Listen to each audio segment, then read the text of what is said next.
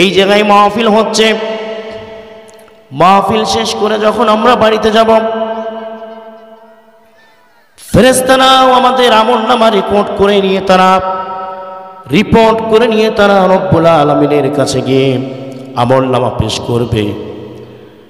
ফেরেশতারা বলবে, আল্লাহ তাআলা গঙ্গাচড়া উপজেলার তালুক ভবন মধ্যপাড়া থেকে গভীর রজনীতে আমরা তোমার বান্দা বান্দীদের আমলনামাগুলো রিপোর্ট করে নিয়ে আসলাম। আল্লাহ তাআলা প্রচণ্ড শীতকে উপেক্ষা করে তোমার বান্দা বান্দীরা গভীর রাত পর্যন্ত কুরআনুল কারীমের মহব্বতে, কুরআনুল কারীমের ভালোবাসায় রব্বুল আলামিন শীতকে উপেক্ষা করে তোমার বান্দা বান্দীরা পবিত্র কুরআনুল কারীমের আলোচনা শুনেছে। বলি সুবহানাল্লাহ। ফেরেশতারা বলবে, আল্লাহ তাআলা তোমার বান্দারা সেই কুরআনুল কারীমের মাহফিলে তারা দোয়া করেছে, রব্বুল আলামিন তারা তোমার কাছে দোয়া করেছে। আল্লাহ তাআলা জান্নাতে যাওয়ার জন্য রব্বুল আলামিন তোমার বান্দারা জান্নাতের জন্য দোয়া করেছে। বলি সুবহানাল্লাহ। আল্লাহ রব্বুল আলামিন বলবেন, ফেরেশতারা আমার বান্দারা কি জান্নাত দেখেছে নাকি? ফেরেশতারা বলবে, আল্লাহ তাআলা তোমার বান্দারা জান্নাত দেখে নাই। এরপরে ফেরেশতারা বলবে, আল্লাহ তাআলা তোমার বান্দারা জাহান্নামের আগুন থেকে মুক্তি পাওয়ার জন্য জাহান্নাম থেকে তোমার কাছে পানা চেয়েছে, দোয়া করেছে। আল্লাহ রাব্বুল আলামিন বলবেন, আমার ফেরেশতারা আমার বান্দারা জাহান্নাম দেখেছে নাকি? ফেরেশতারা বলবে, আল্লাহ তাআলা তোমার বান্দারা তো জাহান্নাম দেখেনি।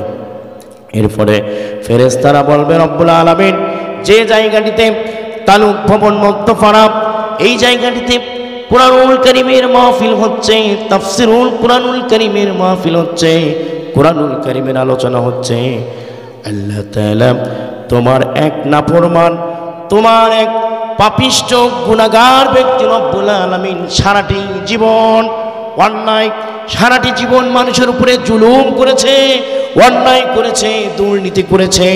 তোমার এক নাফরমান পাপিষ্ঠ গুনাহগার ব্যক্তি রব্বুল আলামিন মাহফিলের পাশ দিয়ে অতিক্রম করার সময়, মাহফিল দিয়ে যাওয়ার সময় রব্বুল আলামিন তোমার যে সমস্ত বান্দাগুলো কুরআনুল কারীমের আলোচনা শুনছে, আল্লাহ তাআলা তোমার ওই পাপিষ্ঠ ব্যক্তি ওই বান্দাদের সাথে বসে কুরআনুল কারীমের আলোচনা শুনছে। বলি সুবহানাল্লাহ।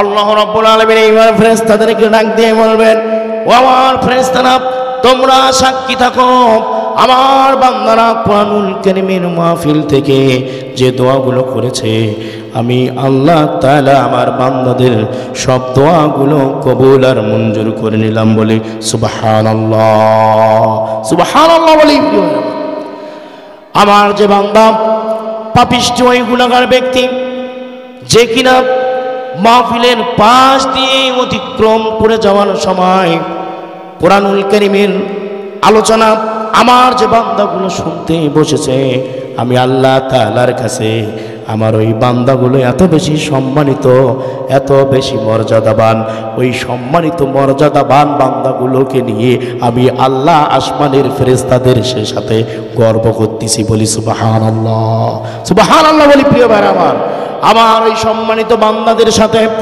আমার ওই গুনাহগার বান্দা বসার কারণে আমি রব্বুল আলামিন ওই গুনাহগারের জীবনের সমস্ত গুনাহগুলো আমি মাফ করে দিয়েছি। বলি সুবহানাল্লাহ, সুবহানাল্লাহ।